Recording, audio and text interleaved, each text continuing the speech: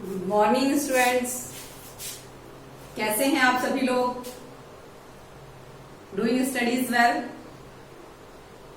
तो आज मैं आपके पास लेकर आई हूं जर्नल ऑर्गेनिक केमिस्ट्री का एक बड़े छोटे से टॉपिक और बड़े ही इंटरेस्टिंग और बड़े ही यूजफुल, जो किसी भी ऑर्गेनिक रिएक्शन को समझने के लिए बिल्कुल बेस का काम करेंगे।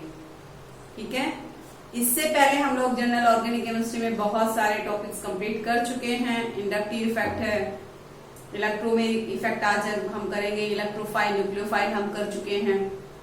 ठीक है, तो ये सारे टॉपिक आप देख लीजिए। भी देखो, जर्नल ऑर्गेनिक केमिस्ट्री का बेस है। चाहे आप +1 के स्टूडेंट हो, +2 के स्टूडेंट्स हो, टारगेट 4, नीट, जेई, लेकिन आपको ये सारी चीजें बेस है, फंडामेंटल है। अगर ऑर्गेनिक समझनी है तो आनी ही चाहिए। अगर आप 11th में हो तो 11th में तो जीओसी सिलेबस का पार्ट है। +2 में हो तो जीओसी समझे बिना ऑर्गेनिक समझ नहीं सकते। Is it clear? तो बेटा बहुत अच्छे से छोटे छोटे टॉपिक्स हम लेके आ रहे हैं आपके लिए, बहुत ही इंटरेस्टिंग वे में। आप बस मेरे साथ पढ़ते जाइए और अपने नोट्स बनाते जाइए वीडियो देखकर, क्योंकि नोट से अच्छा तो कुछ है ही नहीं अपने नोट से। एंड आई एश्योर यू कि आपकी ऑर्गेनिक बहुत अच्छी हो जाएगी। ठीक है, और चैनल को सब्सक्राइब, लाइक, शेयर तो आपने कर ही दिया होगा। भाई नहीं किया है तो कर लीजिए। ठीक है, क्या है? Chemistry knowledge word. Subscribe channel, press bell icon, ताकि आपको नई नई वीडियोस की नोटिफिकेशन आती रहे। भाई ये जो है ये सब आपके लिए है। जो केमिस्ट्री यहाँ पढ़ाई जा रही है, जो भी आपको नॉलेज दिया जा रहा है, सब आपके, अगर आप उसे यूटिलाइज करना चाहें तो बहुत अच्छे से कर सकते हैं और आप ऑर्गेनिक केमिस्ट्री में कह सकते हो तहलका मचा सकते हैं। ठीक है स्टूडेंट्स, तो चले। तो आज का हमारा टॉपिक है फिशन ऑफ कोवैलेंट बॉन्ड। भी जब भी कोई केमिकल रिएक्शन होती है तो बॉन्ड तो टूटता ही है। पुराने बॉन्ड टूटते हैं रिएक्टेंट के और प्रोडक्ट बनने के लिए नए बॉन्ड बनते हैं। तो फिशन ऑफ बॉन्ड यानी ब्रेकिंग ऑफ बॉन्ड। जब कोई कोवैलेंट बॉन्ड टूटता है तो उसका फिशन को, मतलब ब्रेकिंग को कहते हैं फिशन। फिशन मतलब breaking of covalent bond. Breaking, fission of covalent bond means breaking of covalent bond. Students, breaking of covalent दो टाइप की होती है, heterolytic fission of covalent bond and homolytic fission of covalent bond. बहुत अच्छे से समझना बेटा इस बात को, क्योंकि ये कई रिएक्शन मैकेनिज्म में आएगा। यहाँ हेट्रोलिटिक फिशन हुआ है बॉन्ड का, या होमोलिटिक फिशन हुआ है। ठीक है, तो हेट्रोलिटिक, ये जैसे कि वर्ड बता रहा है, हेट्रोलिटिक का मतलब है यहाँ पर unequal, unequal breaking of covalent bond. यानी कोवैलेंट बॉन्ड इस तरह से टूटे। आपको पता है कोवैलेंट बॉन्ड क्या बनता है? दो इलेक्ट्रॉनों की म्यूचुअल शेयरिंग से बनता है। भी एक इलेक्ट्रॉन इस एटम ने शेयर किया, एक इलेक्ट्रॉन इस एटम ने शेयर किया, तो बन गया कोवैलेंट बॉन्ड।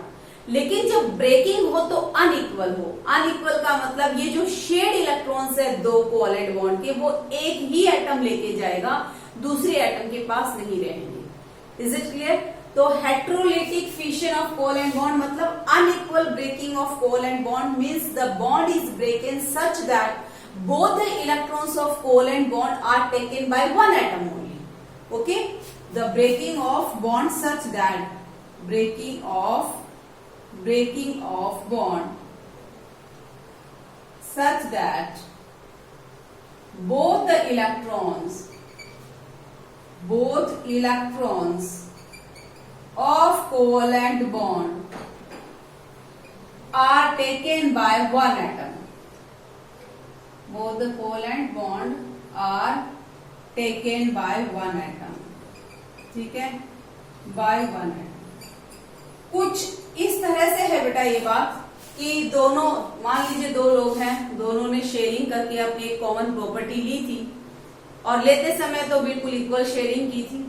और जब उसका डिवीजन होने लगा तो एक पावरफुल बंदा है और एक थोड़ा सा वीक है, तो पावरफुल बंदे ने वो पूरी अपने कब्जे में कर ली।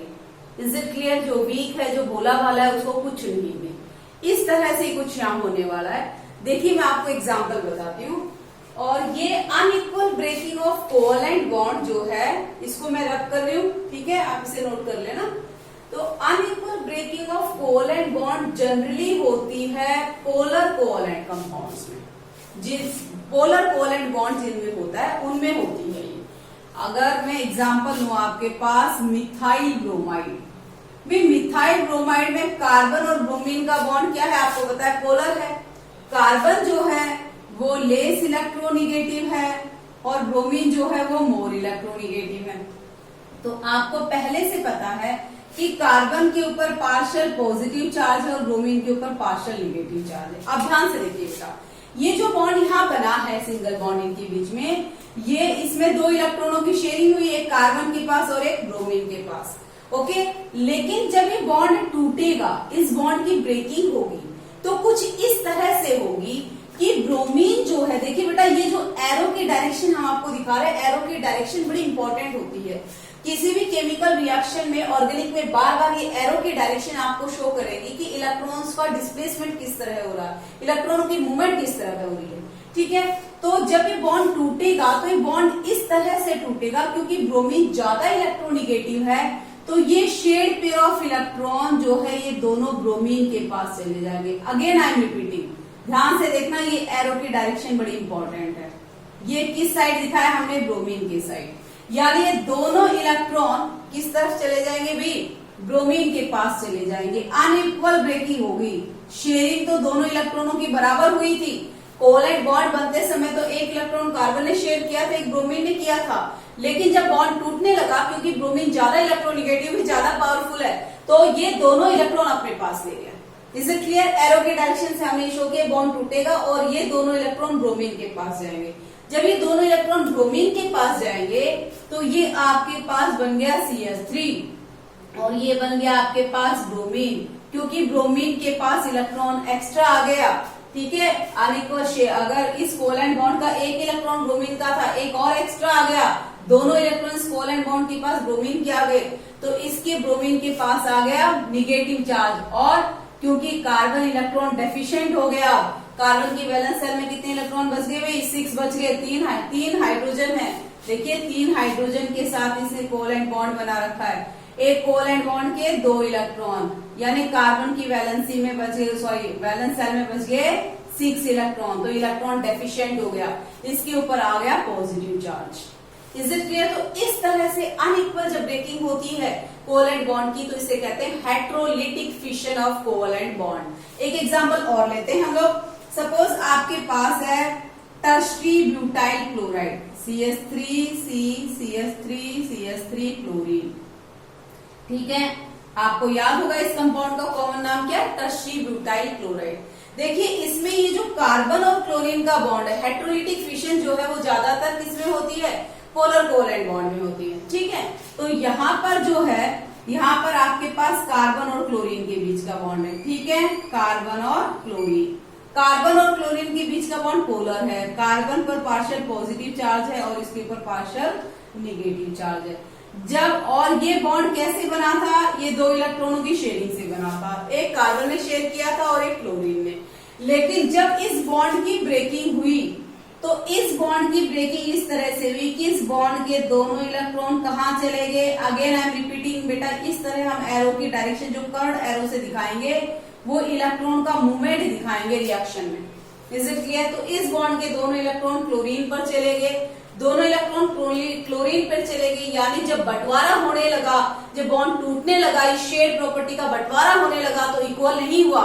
Is it clear? डिवीजन होने लगा तो इक्वल नहीं हुआ, शेयरिंग तो इक्वल इलेक्ट्रॉनों की हुई थी, लेकिन जब ये डिवीजन होने लगा तो ज्यादा इलेक्ट्रॉन कौन ले गया, जो ज्यादा पावरफुल है वही ले गया दोनों इलेक्ट्रॉन बॉन्ड के, और इस कार्बन को बेचारे को कुछ ना मिले। Is it clear? तो इलेक्ट्रॉन डेफिशिएंट बन गया। तो आपके पास ये क्या हो गया, carbon CH3 CH3 CH3 positive charge, और ये आपके पास बन गया क्लोरीन पर निगेटिव चार्ज। ओके, इस तरह से अगर फिशन होता है कोवैलेंट बॉन्ड का, तो इस फिशन को हम कहते हैं heterolytic fission of covalent bond. क्या कहते हैं students? Heterolytic fission of covalent bond. ठीक है, बड़ी काम की चीज है ये, ऑर्गेनिक है तो छोटी सी चीज लेकिन बड़ी काम आने वाली है, ठीक है। चलिए उसके बाद हम आते हैं homolytic fission of covalent bond. तो सेकंड है आपके पास होमोलिटिक। आई होप आपने ये कॉपी कर लिया होगा। भी अपने नोट्स जरूर बनाना, अपने नोट्स बनाओगे तभी मजे आएंगे पढ़ने में। वीडियो को पॉज करके जहां आपको चाहिए उसको रोक के नोट्स बनाते रहिए। Okay, homolytic fission of covalent bond. Homolytic का मतलब है equal breaking. Homolytic fission of covalent bond का मीनिंग है, देखिए, equal breaking, equal breaking, equal breaking of covalent bond. Is it clear? मतलब कोवैलेंट बॉन्ड इस तरह से टूटेगा कि जो शेड इलेक्ट्रॉन है वो दोनों एटम के पास एक एक चले जाएंगे। Is it clear? क्योंकि जिस तरह से इक्वल शेयरिंग से बना था कोवैलेंट बॉन्ड, इस तरह से ब्रेकिंग होते समय भी ये एटम अपना इलेक्ट्रॉन ले जाएगा और ये एटम अपना इलेक्ट्रॉन ले जाएगा। इस तरह से जब ब्रेकिंग होगी तो उसे कहेंगे हम homolytic fission of covalent bond. देखिए, homolytic fission of covalent bond ज्यादातर नॉन पोलर बॉन्ड में होता है, नॉन पोलर कोवैलेंट बॉन्ड में होता है। और homolytic fission of covalent bond generally takes place in presence of light और हीट। जब किसी मॉलिक्यूल को हीट या लाइट दी जाती है और नॉन पोलर कोवैलेंट बॉन्ड तोड़ते हैं हम लोग, तो जो फिशन होती है वो कैसी होती है? होमोलिटिक होमोलिटिक फिशन होती है। चलिए भी कुछ एग्जांपल देखें इसके तो आपको क्लियर हो जाएगा।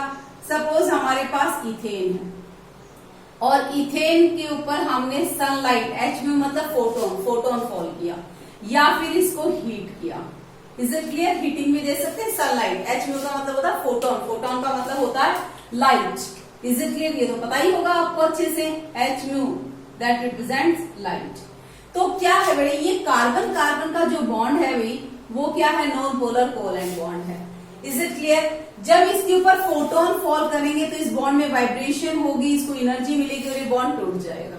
तो आपने जब इसके ऊपर फोटोन फॉल किया तो ध्यान से देखिएगा एरो के डायरेक्शन को, तो इस बॉन्ड का हुआ होमोलिटिक फिशन और इस बॉन्ड में से एक इलेक्ट्रॉन आया इस कार्बन के पास। भाई ऐसे कर्ड हाफ एरो दिखाते हैं हम लोग। Is it clear? एक इलेक्ट्रॉन आया इसके पास और एक इलेक्ट्रॉन गया आपके पास इस कार्बन एटम के पास। Is it clear?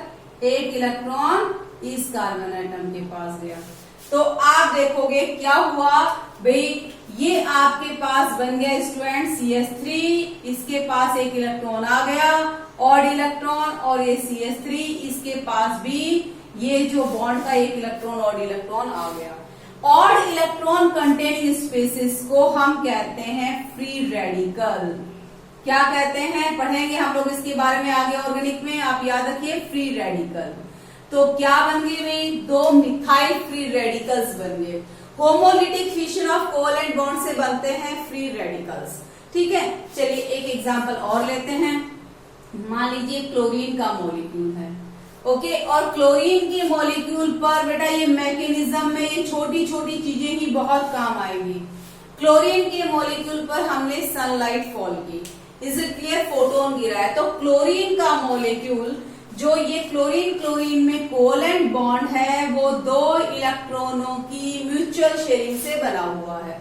Is it clear? जब आपने इस पर फोटोन गिराए तो इस बॉन्ड में वाइब्रेशन होगी, इस बॉन्ड की ब्रेकिंग हो जाएगी, इस बॉन्ड को एनर्जी मिल जाएगी टूटने के लिए, और फिशन कुछ इस तरह से होगा कि इस बॉन्ड का एक electron, again I am saying, हम लोग कैसे दिखाते हैं भाई, एक इलेक्ट्रॉन हाफ कर्ड एरो से दिखाते हैं कि एक इलेक्ट्रॉन इसके पास चला जाएगा और एक इलेक्ट्रॉन इसके पास आ जाएगा। ओके स्टूडेंट्स, और ये आपके पास क्या बन गया? ये आपके पास बन गया odd electron containing species that is called as free radicals। ये बन गए आपके पास क्लोरीन फ्री रेडिकल्स। ठीक है, क्लोरीन फ्री रेडिकल्स, ये बन गए क्लोरीन फ्री रेडिकल्स। ठीक है, तो ये हो गया आपके पास होमोलिटिक और heterolytic fission of covalent bond. I hope आपको समझ में आ गया होगा। तो आज के अगले टॉपिक पे हम चलते हैं, that is types of carbon atoms in organic compound. ठीक है, ये सारी चीजें हैं तो भाई छोटी छोटी चीजें, लेकिन बड़ी इंपॉर्टेंट चीजें हैं। ठीक है, किसी भी ऑर्गेनिक केमिस्ट्री का बेस यही चीजें बनाती हैं। तो अगला टॉपिक है आपके पास types of carbon atoms in organic compound. Types of carbon atoms in organic compound.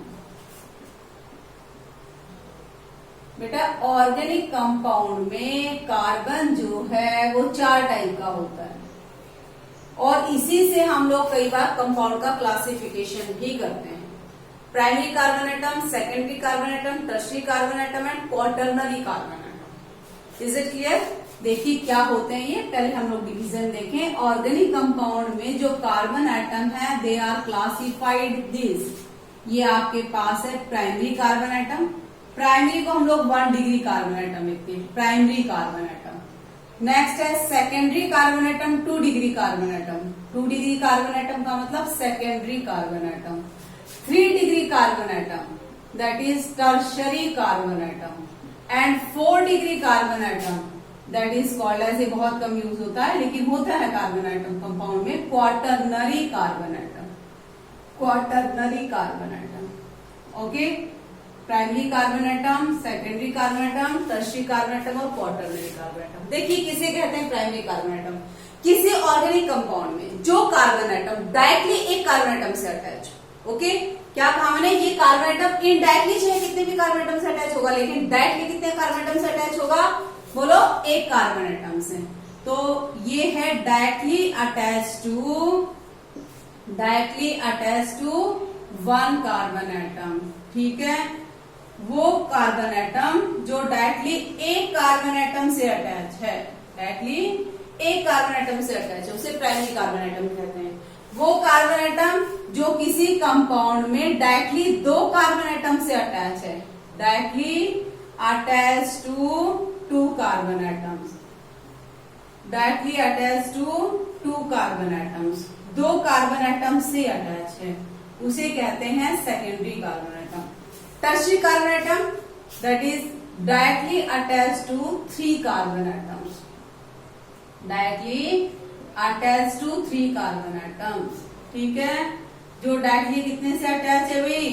3 carbon atom से अटैच है कंपाउंड में। और वो कार्बन एटम जो डायरेक्टली 4 कार्बन एटम से अटैच है उसे क्या कहेंगे? क्वाटरनरी। बड़ी सिंपल सी मीनिंग है।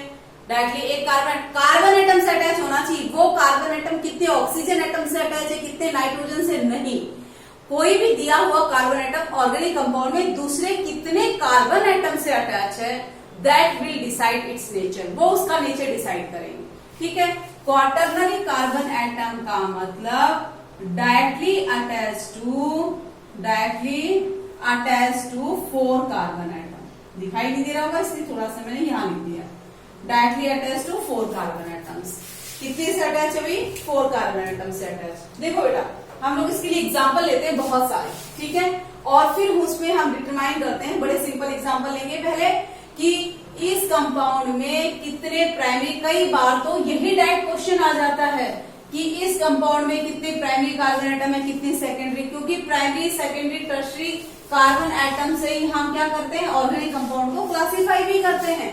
जैसे अल्कोहल है, हम कहते हैं अल्कोहल प्राइमरी अल्कोहल हो सकता है, सेकेंडरी, टर्शियरी। ऐसे हम लोग हेलो अल्केन, ऑर्गेनिक की पहली यूनिट है +2 की, हेलो अल्केन, हेलोअरीन। तो halo alkane are also divided into the 3 category: primary halo alkane, secondary halo alkane, tertiary halo alkane, based upon the nature of carbon atom on which the functional group is attached. ठीक है, organic compound का classification भी कुछ इस तरह से ही होगा। ठीक है, तो पहले हम कुछ एग्जांपल देखते हैं, आपको ये समझ में आ जाएगा primary, secondary, tertiary, quaternary carbon atom कैसे डिसाइड करते हैं। तो बड़े सिंपल से एग्जांपल से हम शुरू करते हैं। CH3 CH2OH।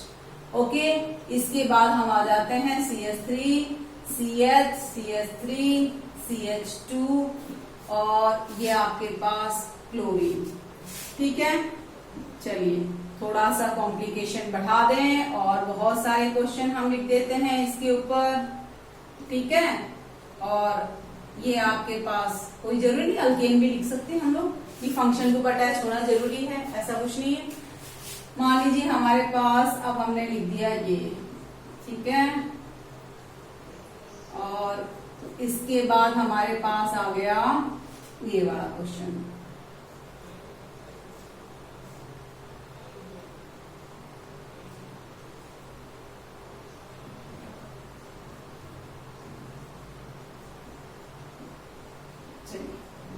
ये क्वेश्चन अब आपको इन 5 क्वेश्चंस में बताने हैं प्राइमरी कार्बन एटम कौन सा है, सेकेंडरी कौन सा है, टर्शियरी कौन से और क्वार्टरनरी कौन से। ध्यान से देखिएगा, मेरे ख्याल से इतने एग्जाम्पल करने के बाद आप कर पाओगे। देखिए इस कंपाउंड में ये जो कार्बन एटम, ये कार्बन एटम डायरेक्टली कितने कार्बन एटम से अटैच है? भाई हाइड्रोजन से कितने अटैच है, ऑक्सीजन से, कार्बन एटम से बता दो मुझे। ये कार्बन एटम डायरेक्टली एक ही तो कार्बन एटम से अटैच है, कार्बन कार्बन चेन, तो ये कार्बन एटम प्राइमरी। ये वाला कार्बन एटम, ये वाला कार्बन एटम भी डायरेक्टली कितने कार्बन एटम से अटैच है, डायरेक्ट बॉन्ड कितने कार्बन एटम के साथ बना रहे हैं, एक, तो ये भी कौन सा कार्बन एटम है, प्राइमरी। तो इथेनॉल में दोनों कार्बन एटम का नेचर कौन सा हो गया, प्राइमरी। इसमें आ जाइए, बताइए ये वाला कार्बन एटम, ओके भी बेटा, ये कार्बन एटम, ये कार्बन एटम, आपको सिर्फ ये देखना है कि जो कार्बन एटम आप ले रहे हो वो डायरेक्टली कितने कार्बन एटम से अटैच है। सभी कार्बन एटम का नेचर बताएंगे हम लोग। तो ये कार्बन एटम डायरेक्टली कितने कार्बन एटम से अटैच है, एक से, तो ये प्राइमरी है। ये कार्बन एटम डायरेक्टली कितने कार्बन एटम से अटैच है, डायरेक्ट, देखो ये भी डायरेक्ट अटैच है, इस कार्बन एटम से भी डायरेक्ट अटैच है और इससे भी। तो ये कार्बन एटम डायरेक्टली कितने कार्बन एटम से अटैच है, 3 से, इसलिए कौन सा कार्बन एटम हो गया भाई, बोलो टर्शियरी। ये कार्बन एटम डायरेक्टली कितने कार्बन एटम के साथ अटैच है, डायरेक्ट देखना, डायरेक्टली एक कार्बन एटम के साथ अटैच है, इसीलिए ये कार्बन एटम कौन सा है, प्राइमरी। ये कार्बन एटम डायरेक्टली कितने कार्बन एटम के साथ अटैच है, ये नहीं कि ये रहा ये नहीं, डायरेक्ट अटैचमेंट देखो, ये कार्बन एटम डायरेक्टली तो एक ही कार्बन एटम के साथ अटैच है, इसलिए क्या है बेटा, ये प्राइमरी। ठीक है, चलिए और आ जाते हैं। मान लीजिए ये आपके पास कंपाउंड है, इसमें आपको मैं सर्कल कर दूं सभी कार्बन एटम, आप सर्कल करेंगे जो सीधे बता दोगे आप, सभी कार्बन एटम का नेचर बताना है आपको। तो ये कार्बन एटम कितने कार्बन एटम के साथ डायरेक्ट अटैच है, डायरेक्ट देखना, ये नहीं कि ये कार्बन इससे फिर इससे अटैच है, नहीं, डायरेक्ट कितने कार्बन एटम के साथ अटैच है, डायरेक्ट एक के साथ, इसलिए प्राइमरी। ये कार्बन एटम डायरेक्ट कितने कार्बन एटम के साथ अटैच है, इसके साथ, इसके साथ और इसके साथ, 3 के साथ, इसलिए टर्शियरी है। ये कार्बन एटम डायरेक्टली कितने कार्बन एटम के साथ है, बोलो इसके साथ और इसके साथ। ये carbon atom directly 2 carbon atom के साथ अटैच है, बॉन्ड बना रहा है, एक इसके साथ और एक इसके साथ। जो 2 कार्बन एटम के साथ अटैच होगा वो क्या होगा, सेकेंडरी। ये वाला कार्बन एटम अगेन कितने कार्बन एटम के साथ डायरेक्टली अटैच है, एक इस कार्बन एटम के साथ, एक इसके साथ और एक इसके साथ, तो ये कार्बन एटम क्या है, टर्शियरी। अगेन ये कार्बन एटम पे आ जाइए, ये कार्बन एटम डायरेक्टली कितने कार्बन एटम के साथ अटैच है भाई, एक इसके साथ और एक इसके साथ, तो ये क्या हो गया भाई, सेकेंडरी।